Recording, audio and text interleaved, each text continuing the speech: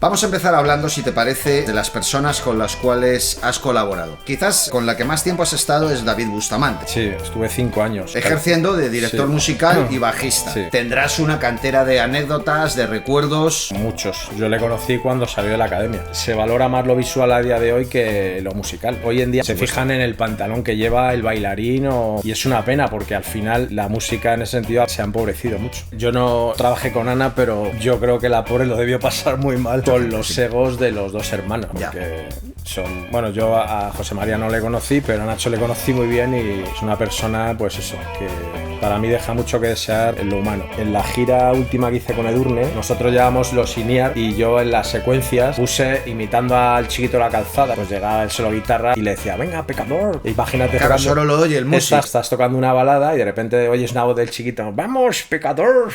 Esto es Puro Directo, un podcast presentado por Pedro Andrea. Cada 2 semanas te acercamos conversaciones auténticas con músicos, actores, productores y profesionales del sector cultural, en un espacio libre de filtros y lleno de historias reales. En el programa de hoy tenemos un personaje... Es un vínculo afectivo y profesional el que me une a él. Hemos trabajado muchísimo juntos, ha producido múltiples de mis discos, hemos tocado tanto en mi carrera en solitario como al servicio de distintos artistas, en fin. No quisiera con el preludio ser más largo que con el ludio, así que vamos al ludio directamente. Con nosotros está Óscar Morgado. Muy buenas. ¿Qué tal? ¿Cómo estás? Muy bien. A mí, yo si fuera jugador de póker, jugaría al póker descubierto, porque me parece más leal que ocultar las cartas. De manera que te prevengo de algo. Como los sabores dulces empalagan y eso es decir, aburren, puede ser que te caigan algunas preguntas con un tinte agrio, picante, ácido, que son sabores mucho menos aburridos, ¿no? Y que ayudan más a despertar, ¿no? Por supuesto, está en tu derecho elemental el contestar o no y será admitida cualquier reacción que tú tengas a bien. Sin problema. Me gustaría vamos a empezar hablando, si te parece, de tu extenso plantel de artistas, de las personas con las cuales has colaborado. Por ejemplo, quizás con la que más tiempo has estado es David Bustamante, ¿no es así? Sí, estuve 5 años, creo. Ejerciendo de director musical y bajista. Sí. Tendrás una cantera de anécdotas, de recuerdos. Muchos. Yo le conocí cuando salió de la academia. Eso es decir, en 2005. No tenía ni barba. Bueno. Y bueno, la verdad es que le guardo cariño. O sea, es un chaval, bueno, ahora ya es un hombre, pero le conocí con 18 años. Y bueno, guardo buenos recuerdos de él. Es una persona muy generosa. Y bueno, lo único que al final, pues eso, la industria cambió de manager y bueno, tuvimos ahí hay una anécdota que él siempre nos ha tratado muy bien, nos trató muy bien. La oficina que tenía anterior nos trataba muy bien, pero justo cambió, por circunstancias cambió de oficina y la oficina nueva no nos trataba a nosotros los músicos como debiera. Nos metían hoteles pues un poquito peores de calidad y tal. Y la anécdota curiosa es que un día fuimos a Jerez y a ver, yo no tengo pelo. Ya lo tendrás, no hay prisa. No puede ser todo para hoy, hombre. Y nos llevaron a un hotel en Jerez que cuando paró el autobús nos dijo unas chicas que estaban en la puerta y dice, pero ¿y qué? ¿Venís aquí al hotel este? Y digo, sí, pero este hotel, ¿qué pasa? Y tal. Y dice, es que aquí es donde vienen los domingos los hombres con las prostitutas y tal. Y digo, hostia. Y entonces yo subí y lo primero que hice fue mover la sábana para ver la almohada, para ver si había pelos y tal. Y efectivamente había pelos. Entonces bajé a la recepción, no se podía tolerar eso, sobre todo porque le dejaba muy mal a él también, ¿no? A él como artista, que la gente se enterara que los músicos de Bustamante iban a un hotel, pues eso. Y nada, llamé a un hotel que estaba en la UNACE y le dije al manager que eso no se podía tolerar. Él me puso la excusa de que no había habitaciones en esa semana y yo comprobé que sí, que me estaba mintiendo, ¿sabes? Pero bueno, esa fue una anécdota. Es que lo barato, aunque sea indigno, para la parte industrial de la música, manager, discográficas, etc., es siempre la primera opción y la más apetecible, ¿no? En fin, bueno, también tú has ejercido, tocando el tema por lo privado, por lo íntimo, tú has ejercido, la palabra no tiene ningún componente despectivo, pero vamos, tampoco suena muy gloriosa, cabecilla. defendiendo sí. muchas veces intereses, en la mayoría de esas ocasiones, más ajenos que propios. Incluso me contaste en una ocasión que llegaron a echar a una corista Sí. de una manera, por resumir, injusta. Sí, muy, muy duro además. Y tú te presentaste en el juicio defendiendo sus intereses. Por lo que yo, esto tú nunca lo has hablado en tu habitual elegancia, pero por lo que yo he sabido, según otras personas me han contado, tampoco ha estado muy agradecida y muy recíproca esta chica ante un sacrificio como el que ejerciste. Bueno, Pero sí, bueno. pero sí te lo castigó la industria. Sí, Sí. la oficina, eso no precisamente te dieron un premio, ¿no? Hombre, fue algo muy traumático para ella, me imagino que más. Fue justo en una gira que hicimos con Edurne, que fue la segunda gira. Me llamó el director de producción, pero textualmente, y me dijo, oye, que hay que echar a una de las coristas. Y le dije, digo, ¿por qué? Digo, sí, no. O sea, es que son necesarias.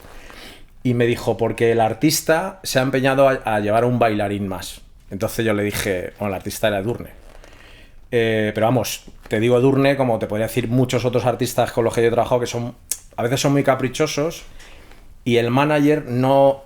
O sea, les maleducan, ¿sabes? Entonces yo le dije, digo, mira, yo no considero que haya que echarla. Digo, habla con ella, habla con Edurne y dile que si quiere un bailarín más, pues que se baje su caché o que haga lo que sea, pero que no juegue así con la gente, ¿no? Ni ella ni vosotros. Entonces yo no podía tolerar. Entonces dije, yo no la voy a echar. Y lo que hice fue... porque claro, él me dijo, además textualmente, fue muy, muy bajo, ¿no? Por su parte.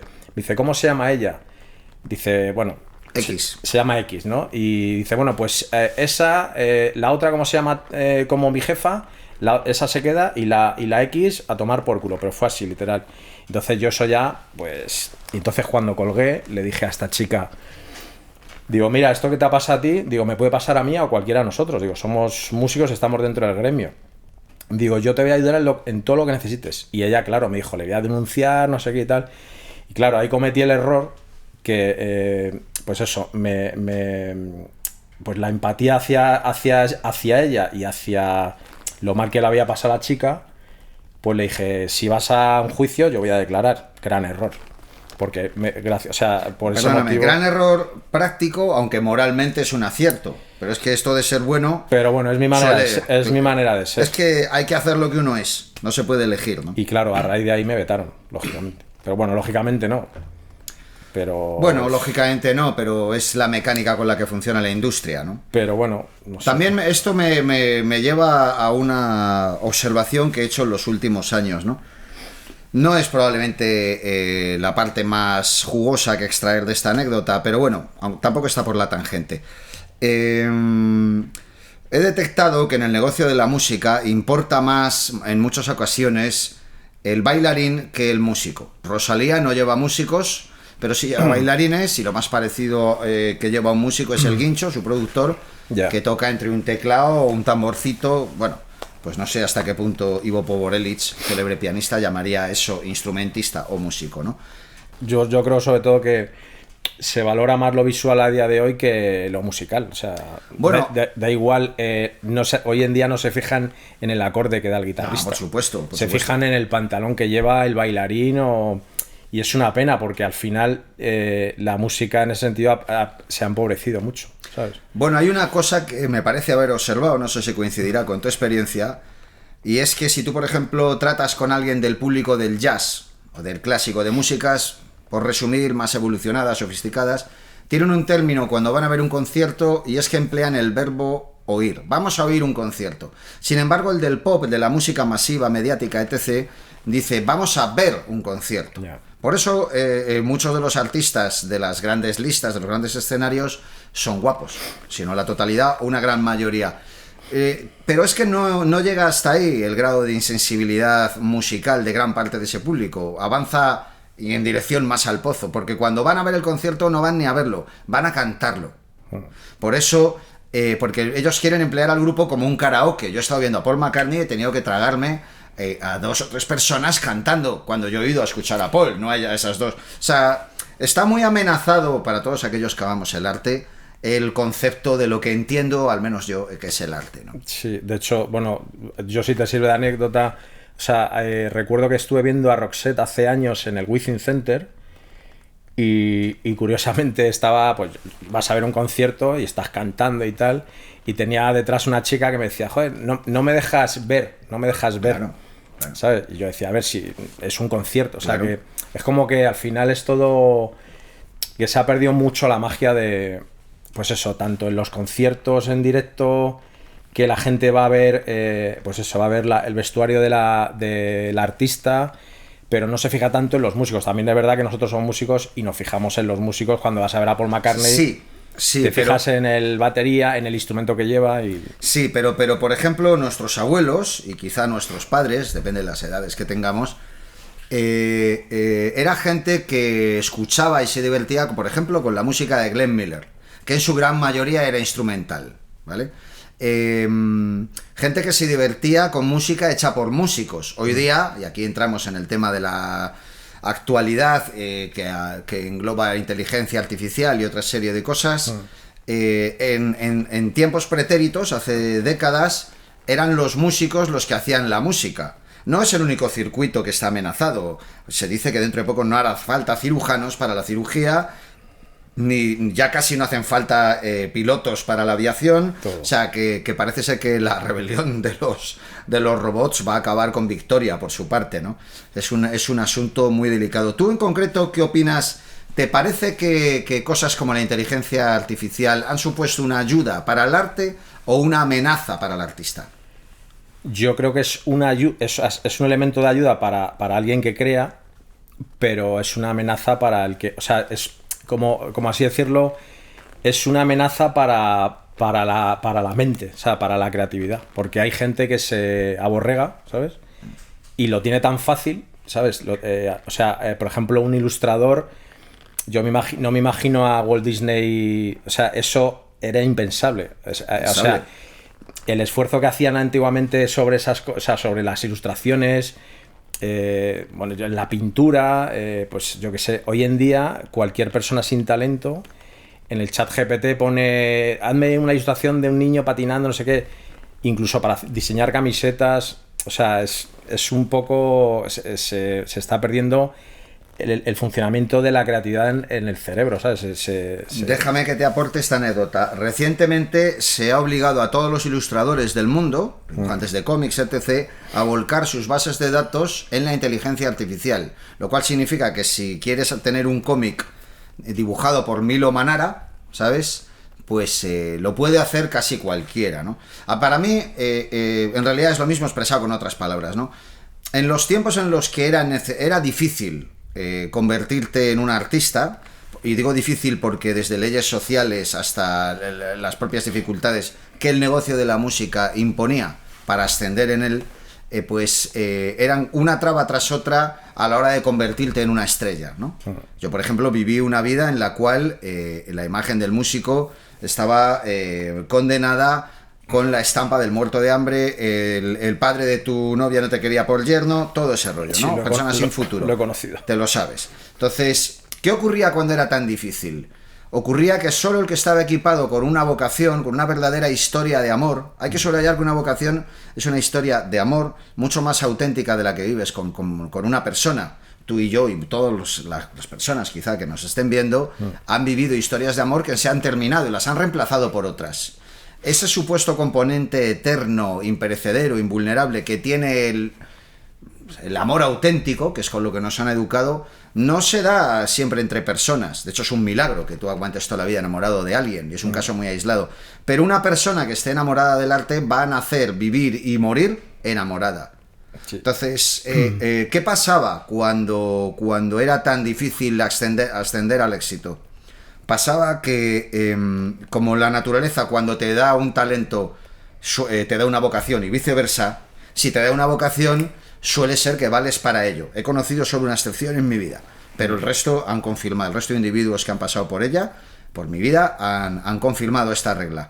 Entonces, claro, normalmente había una selección natural en tiempos pasados que ahora ya no está impuesta. Ahora cualquier persona movida por un simple hobby, afición, capricho, curiosidad, puede llegar al escenario o puede llegar al estudio de grabación o puede llegar incluso a la fama, ¿no? Claro, pero yo creo que lo triste sobre todo es que, pero es en el mundo en el que estamos, o sea, ahora mismo no se respira ni viendo una película, ni, o sea, quieren todo inmediato, ¿sabes? Por eso el ChatGPT y todas estas aplicaciones, lo que te dan el resultado en el momento, y eso es una pena, porque no acostumbras primero al cerebro pues a trabajar y se está perdiendo eso, la creatividad. De hecho, la inteligencia artificial, nosotros le estamos dando esa información y llegará un momento que incluso, bueno, de hecho que nos superará a la mente humana, claro. De toda la información que le entra, y no hará falta ni estudiar un idioma, porque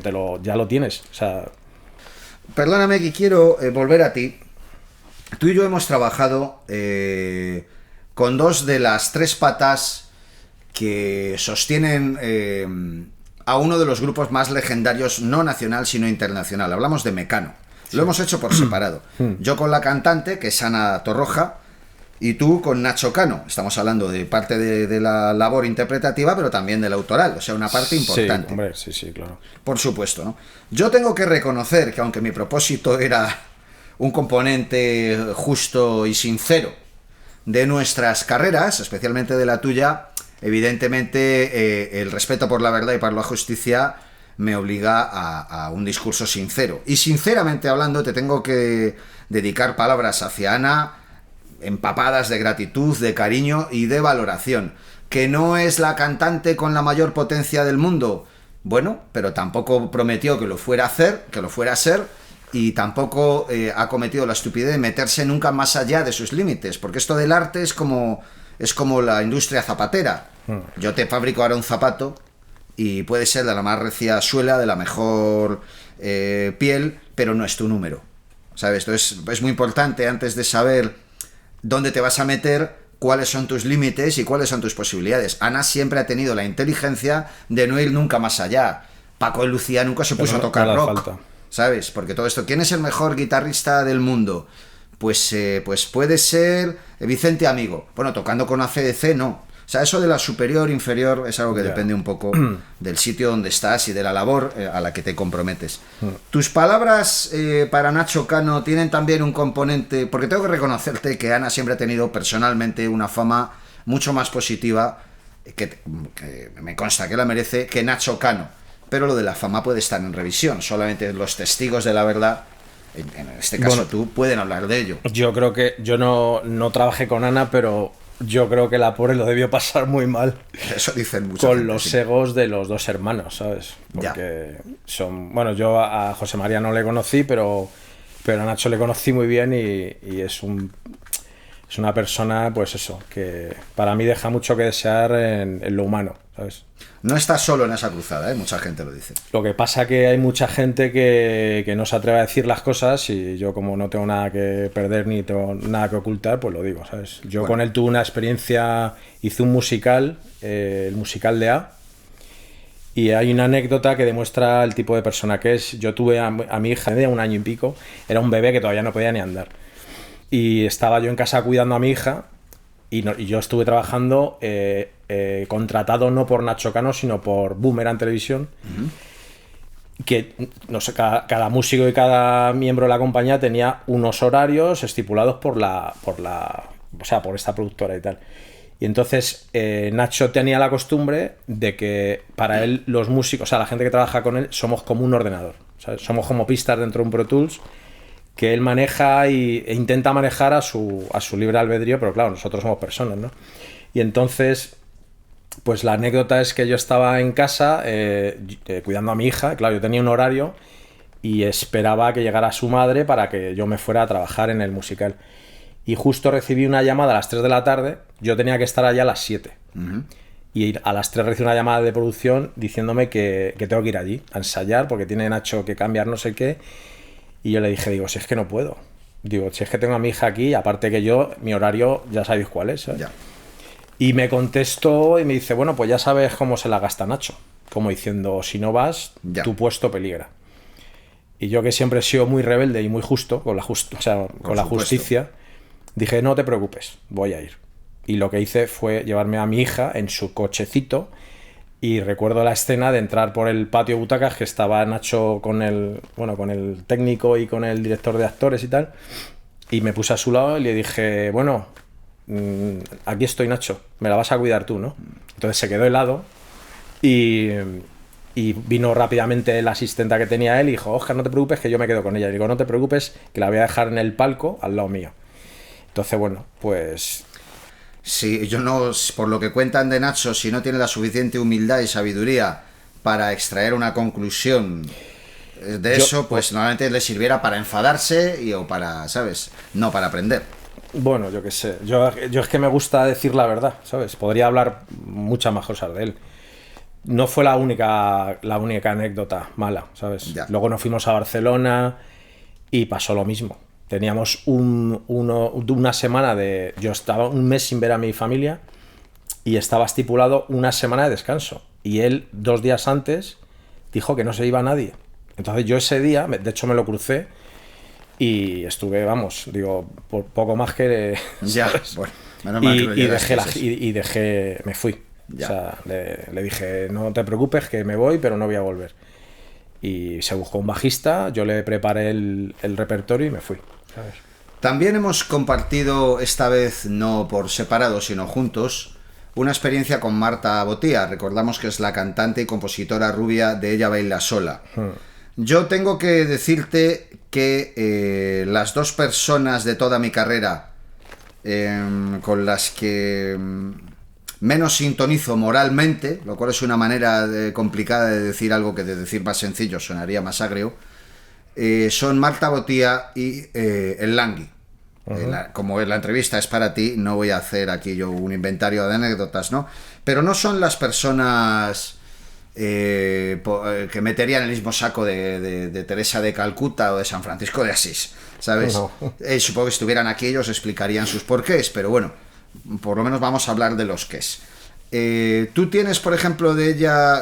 Hay que reconocer que es una persona ingeniosa, Sí, bueno. con talento, con chispa, con vida, y que, bueno, pues hasta el diablo era un ángel antes de demonizarse, o sea, que no hay nadie que sea enteramente malo, ¿no?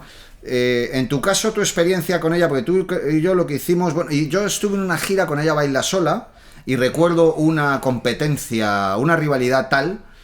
que puede expresarse, por ejemplo, en en una anécdota, por elegir una. Estaba yo tocando y delante de Marilia y, digamos, dedicándole el solo de guitarra, una proximidad de 20 centímetros 30. Y en ese momento se puso en medio Marta Botía dándole la espalda a Marilia, delante de todo el público. Joder. No hay que olvidar que las glorias está bien que sean en público, pero esas vergüenzas en privado, no delante de... ¿Sabes? Entonces, bueno...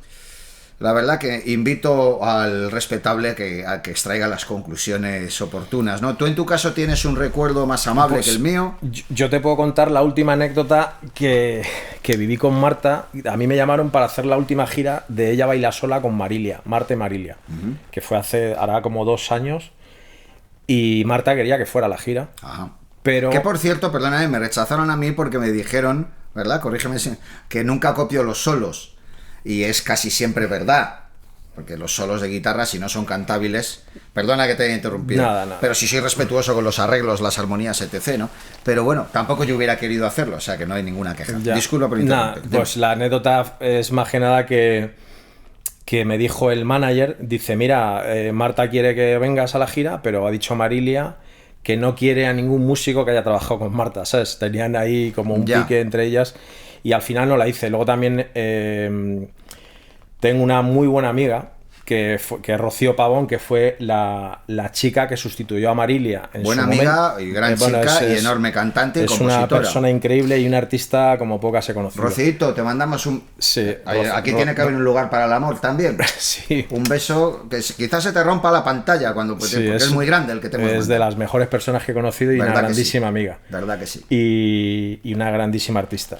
Básicamente es para describir un poco cómo es Marta, ¿no? En ese sentido. Es una persona que puede ser el diablo y el ángel a la vez, pero también yo creo que en este caso Marta y Marilia, yo creo que se juntaron con un individuo que es Gonzalo Benavides, ¿sabes? Sí.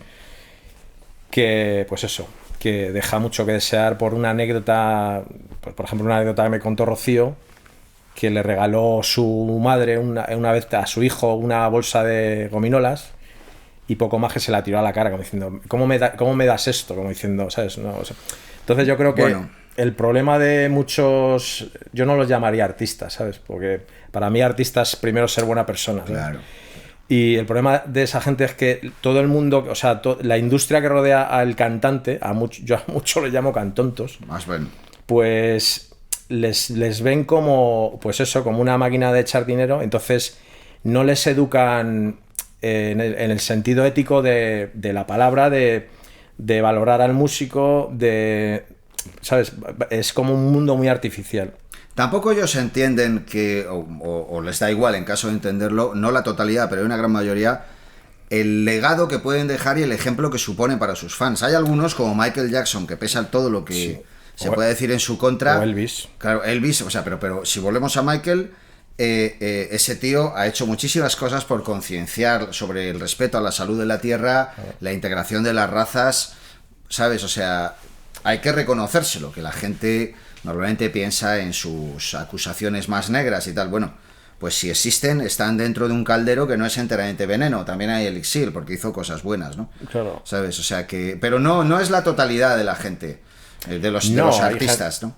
Sí, el problema yo creo que, pero pasa en todos los gremios, es el egoísmo, ¿sabes? El querer sacar todo para ti y no pensar en el que tienes al lado, ¿sabes? Por supuesto. Yo de hecho, me he metido en muchos problemas por ayudar a la gente. O sea, te puedo contar una anécdota. Yo cuando estaba con Bustamante, el equipo de la gira, cuando arrancó la gira desde que yo empecé con Bustamante, era Rampa, era una empresa de Huesca, que son increíblemente buenos, unos profesionales y unas bellísimas personas. ¿Qué pasa? Que después de 4 años con ellos, Bustamante cambia de oficina, la oficina le mete no sé qué historias en la cabeza diciendo que le quieren cobrar más ese año. Total, que al final despiden a todo el equipo técnico de luces, todo, eran como 20 personas en total.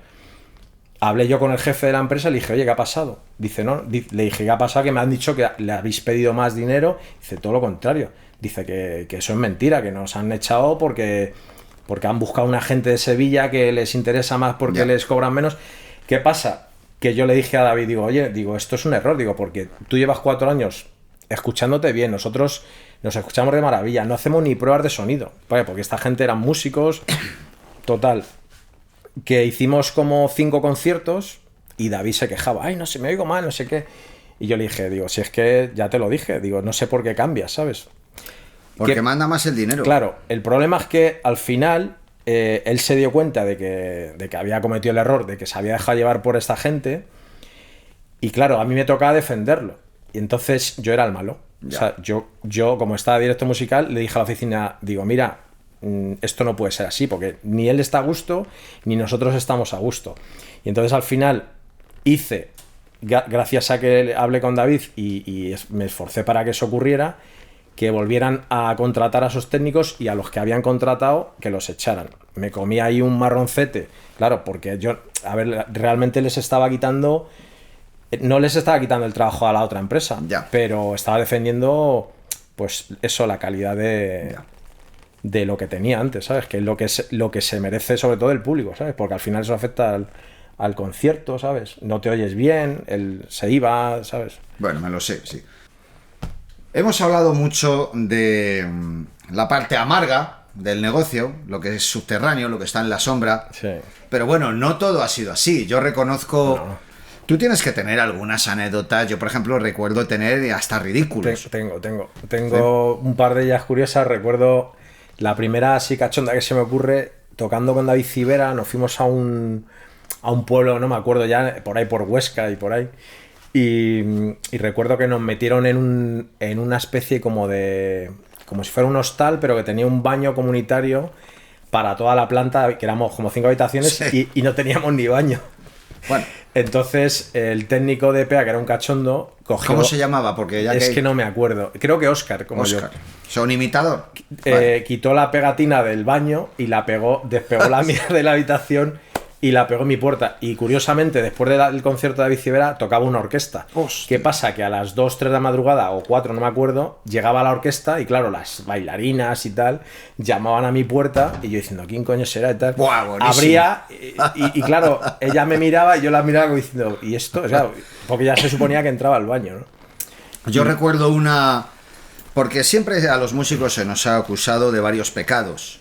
Uno, la vinculación con las drogas. Tanto tú como yo, hemos estado completamente ajenos a eso. Yo ni siquiera he fumado cigarro en mi vida. He convivido con gente que consumía, pero yo nunca me llamó la tampoco, atención. ni me he tentado. No. Luego, que si somos gente desorganizada, tal, y otros, etcétera. Pero lo del temperamento promiscuo o la libido desatada siempre se ha asociado, no ya con los músicos, con el negocio del arte. Yo reconozco en mi juventud que al fin y al cabo era un tigre, feromonalmente hablando, claro, la juventud, y si me sueltas en la jungla, pues ¿qué voy a hacer? ¿Sabes? No me voy a poner a mirar el amanecer, ¿no? Y recuerdo en una ocasión, fue de mis peores acciones, tocando con Miguel Bosé en el Teatro Arriaga en Bilbao, que había una chica preciosa, Patricia se llamaba, quiero pensar que sigue llamándose así. Total, que en un compás de Miguel a lo suyo, apunto el teléfono, yo tenía una gran amistad con el técnico y él en ocasiones hasta le decía a las chicas, es el cumpleaños de Pedro Andrea, o sea, si eso fuera verdad yo tendría 5.600 años, porque celebré ese número de cumpleaños. Una barbaridad, ¿no? En este caso lo hice yo solo y le entregué una nota a esta chica, pero resulta que debía hacerlo en el momento de las presentaciones y justo en el momento en el que se lo estoy dando dice Miguel... a la guitarra Pedro Andrea y me enfocan dándole el teléfono, bueno, una nota, pero ya se deducía que no era la declaración de la renta, y además por lo furtivo, o sea, que todo indicaba por qué es lo que estaba haciendo. Todo el teatro se cayó de la risa. Tengo que confesarte que aunque el concierto tuvo un gran éxito, no hubo una ovación tan generosa en ninguna de las canciones como el escojone que provocó mi gran ridículo, ¿no? No quiero terminar sin decir que si eso me pasa con otros artistas, tengo el finiquito en el camerino. Yeah. Miguel, en su habitual elegancia y tolerancia, no me dijo jamás ninguna palabra y se sumó a la risa, ¿no? Yo todavía puedo recordar el paso con un gran corte, ¿no? ¿Sabes? Porque, vamos, que hagas el mal está bien, pero que lo hagas mal y te pillen, ¿sabes? Debería haber estado más discreto. Yo creo que el tener esa unión entre el músico y el artista luego se nota en el escenario, ¿sabes? Claro. Yo he tenido... Por ejemplo, recuerdo una anécdota que estábamos en Murcia en un hotel, en la recepción del hotel, y había mogollón de fans de él en el cristal, pues dando golpes porque le veían ahí sentado con nosotros. Y nosotros nos íbamos a un Corte Inglés. Yo recuerdo que me fui a comprar un Discman, fíjate, hace un montón de años. Y el chaval nos miraba con una envidia, como diciendo, joder, qué suerte tenéis que podéis salir y yo me tengo que quedar aquí dentro. Y bueno, tal. El Corte Inglés tiene un servicio a domicilio, o sea que tampoco, sí, ¿sabes? La queja es... Y la anécdota que iba a contar, que en esa gira, que fue una gira muy, muy extensa, de hecho en agosto de ese año hicimos 26 conciertos. O sea, no sabías ni dónde habías estado el día anterior. Ya. Y recuerdo que el fin de gira, de esa gira, había la canción esa de No soy un Superman. Sí. Pues venía en la gira un gran amigo nuestro que es Pablo Pinedo. Gran muchacho, Pablito. Y se puso un traje de Superman. ¡Olé! En la canción de No soy Superman mientras él estaba cantando. Perdóname el inciso. Pablo Pinedo es el actor, entre otros papeles memorables, del Milagro de Pepinto. Sí. Es un tío fornido, corpulento, ¿sabes? Entonces hay que echarle imaginación poniéndole el traje de Superman, que decía mi padre, le quitaba el acento, Superman. Entonces estaba cantando y le hicieron dos putadillas a Bustamante. Que una fue que el técnico de PA le puso un autotune de estos que le afina la voz. Toma. Como un pitufo. Estaba cantando. Eso era el fin de la gira, claro. Entonces él, claro, se lo tomó a cachondeo y luego después de la canción esa de No soy un Superman, se giró y todos los músicos, yo me puse una peluca a lo afro tocando con el Superman. Eso solo puedes hacer con un artista... que realmente tenga esa cercanía con el músico. Y al final eso se nota. No sé si eso se irá a una tradición hoy día actual, ¿no? Dentro del anecdotario humorístico me viene a la memoria Billy Villegas, un antecesor tuyo, un bajista renombrado y establecido en el negocio hace 50 años, ¿no? Sí. Tocaba entonces con cómplices y había un tema que se llamaba Amor. A Billy no le gustaban las declaraciones públicas, era un hombre reservado, ¿no? Pero Teo ese día, improvisando... pues como había una parte del tema en el cual el público coreaba la palabra amor, pues nos iba acercando el micro a cualquiera, lo cual a todos los músicos, perdón, y lo cual provocó en Billy una reacción hostil, porque le avisó con gestos, y con cara amenazadora, ¿no? Total, que Teo, que teníamos muy buena relación con él, como con María, llegó un momento que le entra el turno a Billy y dice Teo, ¡amor! Y le pone el micro a él, ¡mamón! ¿Sabes? O sea, Billy es uno de los tipos gracias a los cuales me he reído yo más en mi vida, ¿no? Que no es mala recompensa por una experiencia en cualquier negocio, ¿eh? Reírte, por Dios. Es incluso una terapia, ¿no? Recuerdo otra anécdota que me viene ahora. En la gira última que hice con Edurne, nosotros llevamos los in-ear y yo en las secuencias, para que, pues eso, siempre pones la marca y yo siempre que venía una parte, por ejemplo, venía el solo guitarra, para evitar despistes que nunca había, pero bueno, siempre viene bien, es una guía que tú la puedes bajar o la puedes subir en tu escucha. Pues puse, imitando al Chiquito de la Calzada y tal, pues llegaba el solo guitarra y en esa gira venía Fran de Rivera, un gran amigo, y le decía, venga, pecador, vamos, no sé qué. Claro.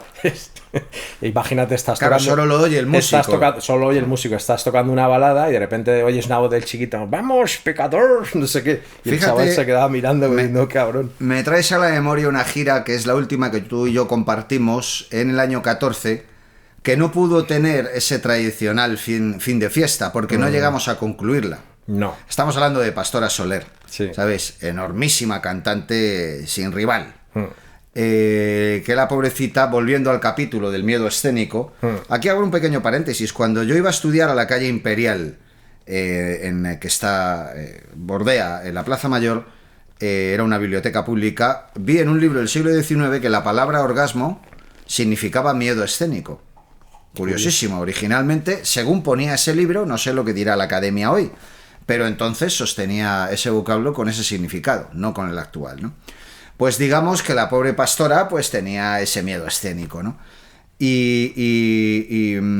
Hicimos, calcula que estuvieran varias decenas de conciertos previstas, pero solamente pudieron efectuarse quizá ni siquiera 9, ¿no? Por ahí andó la... Yo creo que un poco más, no sé si fueron 12 o 15, pero no mucho más. Pero qué gran cantante. Además es que ocurre con los cantantes que tienen una voz de león, sí, que te permite tocar como un león. Si tú vas a tocar con un cantante que tiene un hilo de voz, imagínate Carla Bruni, evidentemente no puedes sacar tu feromona a la escena, ¿verdad? Eso ocurre. Yo he sentido solo con 2 personas de las que he trabajado, de estar tocando, de estar detrás de esa persona, que en este caso fue Malú, una de ellas, sí, y Pastora Soler. O sea, mi cabeza decía, pero qué, ¿sabes qué? O sea, que pues eso, qué bestia eres, ¿no? Sí, es como ser soldado de un ejército en el que admiras al general, ¿no? Pero ¿sabes? Le sigues hasta donde te lleve. Te emociona cada concierto. O sea, no es decir, es que cuando en según qué canción, ostras, es que son leonas. Sí, verdaderamente. Nada como hacer un trabajo con amor, ¿eh? O sea, de hecho, si te paras a pensar, la mayoría de los trabajos con que le pongas amor o interés, los haces. Desde en una cadena de montaje hasta limpiar una casa, ¿sabes? Pero hay trabajos que con simplemente amor no puedes. Pues los científicos, no puedes diseñar un cohete solo porque te guste la mecánica aeroespacial o la ingeniería. Ni tampoco puedes ser un gran cantante solo porque ames el arte. Tienes que tener unas dotes, ¿no? Claro. Para ese tipo de trabajos hace falta algo más que amor, ¿no? Pero sin el amor, por muy bueno que seas, no exprimes todo tu potencial. O sea que el amor, como siempre, sí, es la fuerza vital, ¿no? Y más importante de todas, ¿no? Totalmente.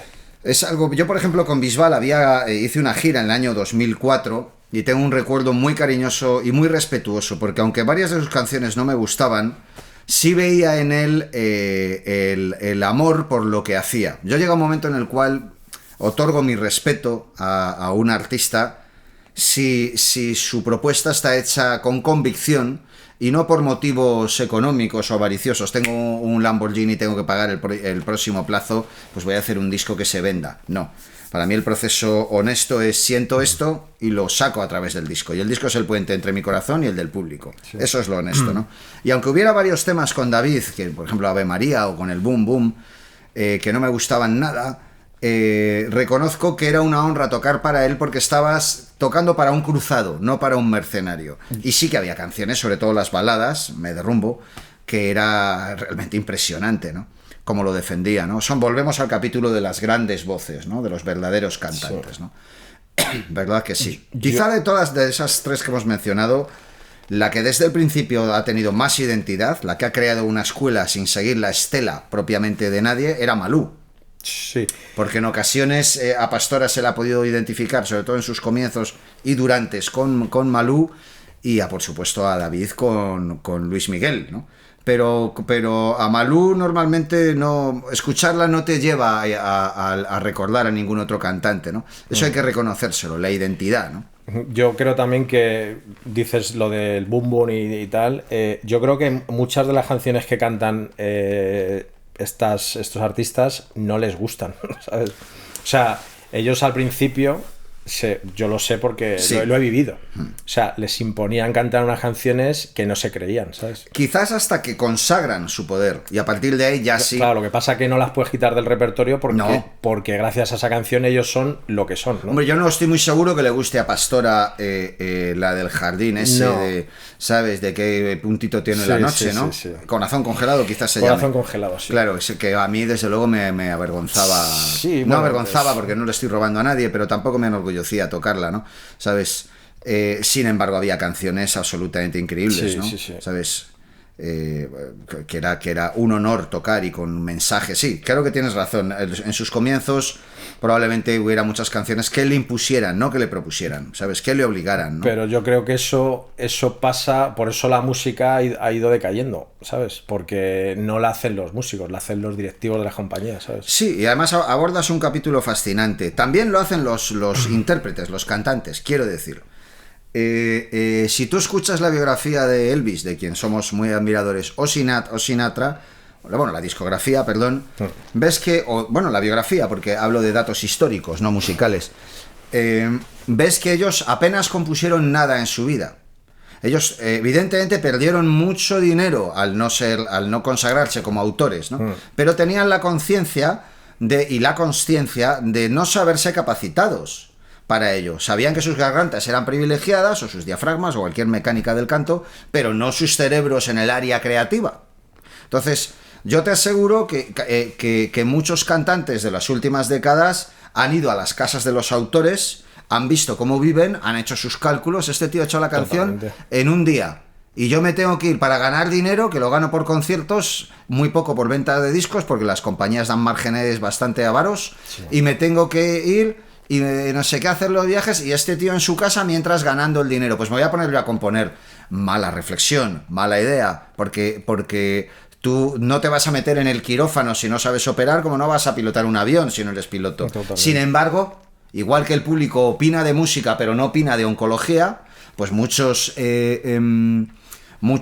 artistas de hoy día se ponen a componer si no eres autor. De hecho hay una armonía, perdona, porque de literatura se habla con palabras, pero de música con notas, claro. Hay una armonía que es esta.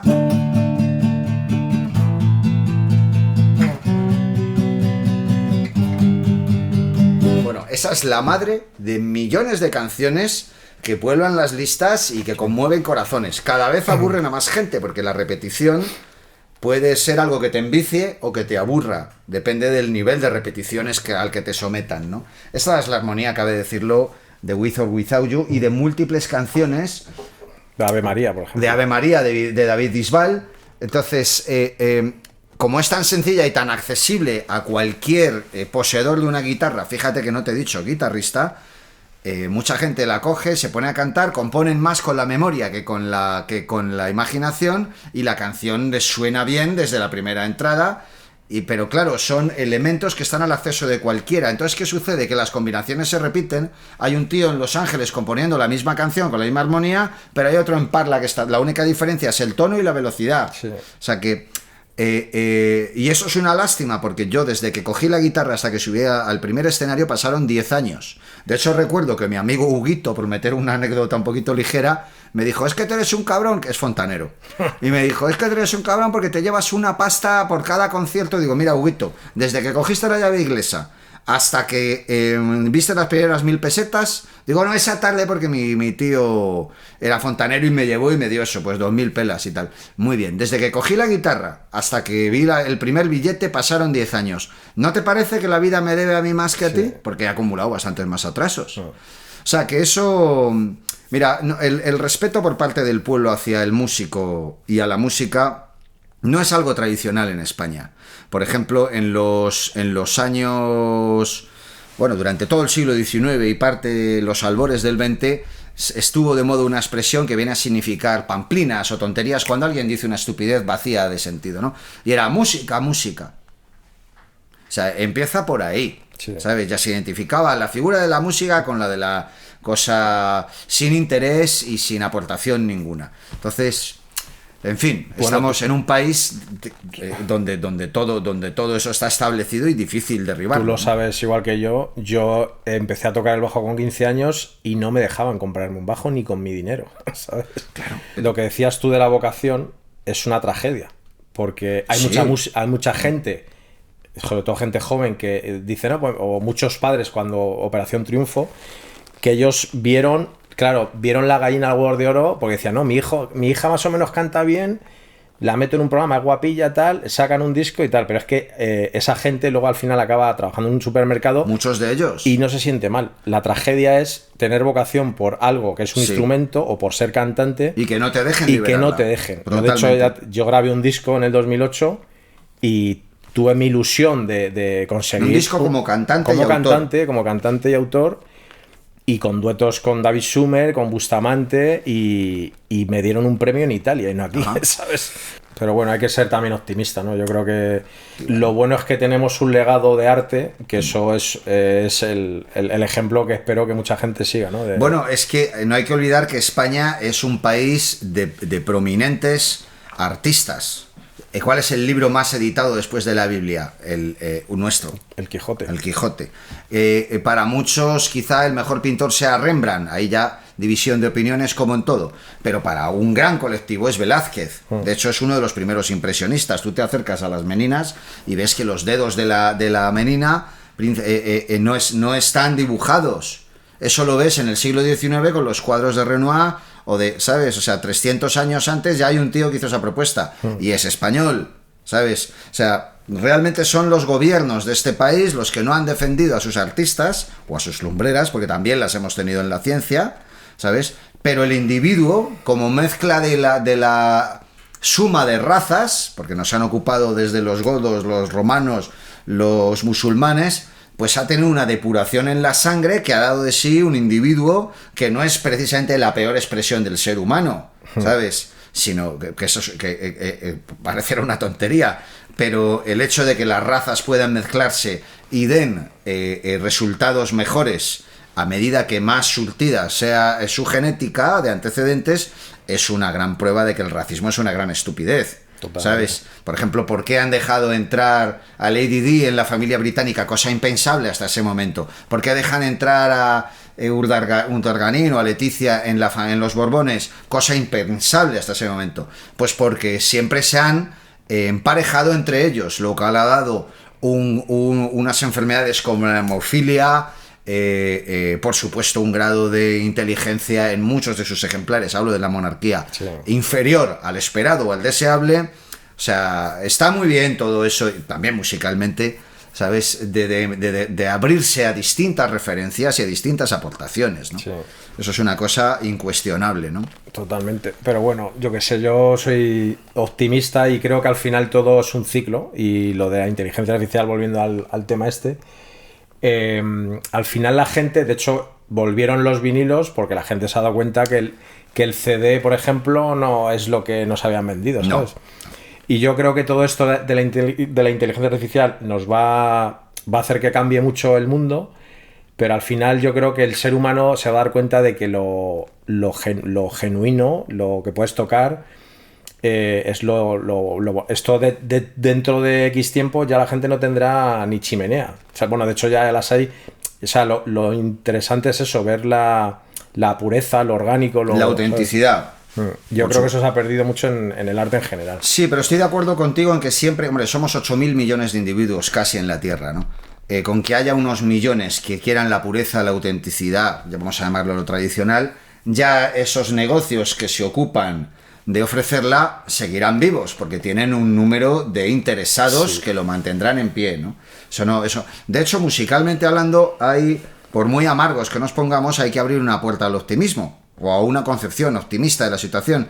Uno de los grupos donde la verdadera música, vamos a llamarlo así, hecha por verdaderos músicos, que es Queen, Sí. es un grupo que sigue de moda, que gusta mucho a la gente. Eso es una esperanza de que el paladar del público, del pueblo, no está completamente anquilosado o entumecido, ¿sabes? Porque la verdadera música puede llenar recintos, puede estar dentro del catálogo de opciones de la discoteca de cualquier individuo o de las cosas que escuchen en las plataformas. O sea, existen esperanzas, y hay gente como por ejemplo Adele o Amy Winehouse o gente así que no puede negarse, al menos a mí me lo parece, que son gente de una propuesta auténtica y que hacen aquello en lo que creen. No son gente que compone la canción del verano para pagar el último plazo del chalet, ¿sabes? O sea, siempre la autenticidad, al fin y al cabo, si tú haces algo perfecto como lo que supuestamente puede hacer la inteligencia artificial, no vas a conmover el corazón de un ser imperfecto. No hay nadie que se conmueva porque un tornillo encaje en una tuerca, aunque lo haga perfectamente, ¿sabes? O sea, la música no debería ser perfecta porque está diseñada para conmover a un individuo imperfecto. Pero es que lo imperfecto es bello, además. Y sobre todo, cuando es perfecto es una señal de falta de autenticidad. ¿Sabes? Como si todo suena perfectamente, si todo está ejecutado, digo, esto está sobreproducido o postproducido. Si hasta en las librerías de sonido hay imperfecciones que se añaden. Por supuesto. Para darle esa realeza, o sea que... Y luego además, de hecho, yo por ejemplo soy un gran admirador de los hermanos Marx. Los hermanos Marx tienen oficial o resumidamente 13 películas. Yo no creo que haya, si esas 13 películas suman 16 horas... no creo que llegue a más de 40 minutos las partes que me gustan, ¿sabes? De hecho hay un cuadro de Rivera en el Museo del Prado que realmente me gusta la esquina superior derecha. O sea, la genialidad siempre es parcial. Paul Newman, que es un actor indiscutible, hizo una película al principio de su carrera, la emitieron una noche en la televisión y el tío contrató una página del periódico más importante, de tirada mayor. Dijo, el señor Newman les pide disculpas por la película de anoche. Ostras. Claro, que quiero decirte que la perfección es una obligación de Dios y de la BMW, ¿sabes? Sí. El ser humano no tiene ni la posibilidad ni la obligación de serlo. Total. Y aparte, si eres perfecto, ¿para quién lo vas a ser? Si nadie lo es, vas a estar solísimo, ¿no? Lo malo es que al final yo creo que también es una cosa generacional, que la gente joven no ve, por ejemplo, no ve, yo ahora, vamos, me apuesto lo que quieras que a un niño de 15 años no creo que conozca, incluso te diría Elvis, ¿sabes? O sea, Elvis sí porque me he conocido, pero... Bueno, lo han rebrotado con la peli, pero no es ese el Elvis. Pero no conocen todo lo que nosotros hemos absorbido de ese talento y de ese arte de esos grupos, porque no le dan la oportunidad. Las radios ya no... o sea, tú oyes la radio y no ponen cualquier tema de Queen hoy en día en 40 principales o en... En todas las radios, ¿sabes? No. Algunas selectas afortunadamente sí. Pero eso que dices es muy, muy interesante. Pero quizás sea algo intencionado y te voy a decir por qué. En los años 90 aparece Neck, que canta igual que Sting. Pero a la gente joven del momento no les supone... una imitación, porque no han escuchado el original. Claro, claro. En los años 2000, ya avanzados, aparece Bruno Mars, que es un tío que tiene canciones como Locked Out, o no sabría ni pronunciarlo, pero yo no sé cómo Sting no lo ha denunciado. Es una canción como mínimo inspiradísima, no voy a emplear la palabra plagio, no sé que sea denunciable, pero inspiradísima en el repertorio de Police. Sí. ¿Sabes? Aparece también en los 2000, en los primeros 2000, Jamiroquai con una propuesta muy parecida a Stevie Wonder. Pero claro, el público que en ese momento tiene 20 años, 16, no ha escuchado a Stevie Wonder. Entonces para ellos es una sorpresa. Ese público tan joven es la madre del negocio, es la carnaza que alimenta la industria. Claro. ¿Por qué? Porque la gente cincuentona, cuarentona incluso, y más allá ni te cuento, difícilmente va a irse a un concierto en las ventas, a aguantar, aparca, luego espera horas para salir, ¿sabes? Pero ya tienen sus casas, están cómodos, y la conversación que hay es cuando hablan con su pareja. Bueno, ya, pero la noche pasada que salimos bebí yo, ahora te toca beber a ti porque tienes que conducir. Bueno, pero y luego ¿quién aparca? Bueno, pon una peli. Yeah. Suele acabar así. Sin embargo, la gente joven vive con sus padres. A lo mejor no hay en ese concierto algo que les atraiga, pero hay en sus casas algo que les empuja. Son mucho más libres en la calle que con su papá y mamá. Entonces, la industria sabe que ese público joven es realmente el objetivo a por el cual hay que ir. Por eso no le interesa muchas veces crear cosas nuevas. Cogen algo que saben que hace 20 años tuvo éxito y hacen una imitación con un cierto barniz que lo actualice. Pero desde luego hay muchísima gente que hoy día a las nuevas generaciones les parece nueva y en absoluto lo son. Es así, ¿no? Yo creo también el problema, que además lo he vivido en un despacho de una compañía muy importante, que no, o sea, fue un comentario, no voy a decir el artista, pero es muy conocido, hablando el AR, diciendo, bueno, es que hay que ver las cifras de este último disco si nos sale a cuenta para volver a seguir con este artista en un segundo disco. Entonces yo creo que el problema es que la industria no deja que se desarrolle al artista. Muy bien, ¿sabes? observado, cierto. Yo de hecho hay una anécdota curiosa. Yo el primer día que escuché el tema, fíjate qué gran tema, el de Y si fuera ella Alejandro Sanz, Sí. a la primera no me entró. Ya. No me entró. Lo oí en la radio y me entró a la tercera o cuarta vez. Y es un temazo, ¿sabes?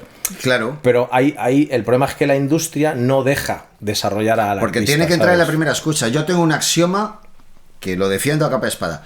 Cuando una canción te entra en la primera escucha, es que no es la primera vez que la escuchas. Yo me echo los repertorios de mucha gente de este país y sé que las armonías, las melodías son casi siempre las Claro, mismas. pero ahí te demuestra que ese tema de Si fuera ella es un single, un temazo brutal, porque te han dejado desarrollarlo y, o sea, me refiero a escucharlo tantas veces para apreciar la calidad de la armonía, de la letra y de todo. Pero hoy en día tú oyes cualquier tema de reggaetón, las letras ¿sabes? Y tiene que entrar a la primera. En fin, oye, he pasado un rato sensacional. Espero que a vosotros también os apene, como a mí, tener que tocar meta. Y bueno, tendremos una nueva dosis del elixir que esperamos haberos fabricado durante este rato muy pronto y en futura ocasión. Nos vemos a través de la pantalla.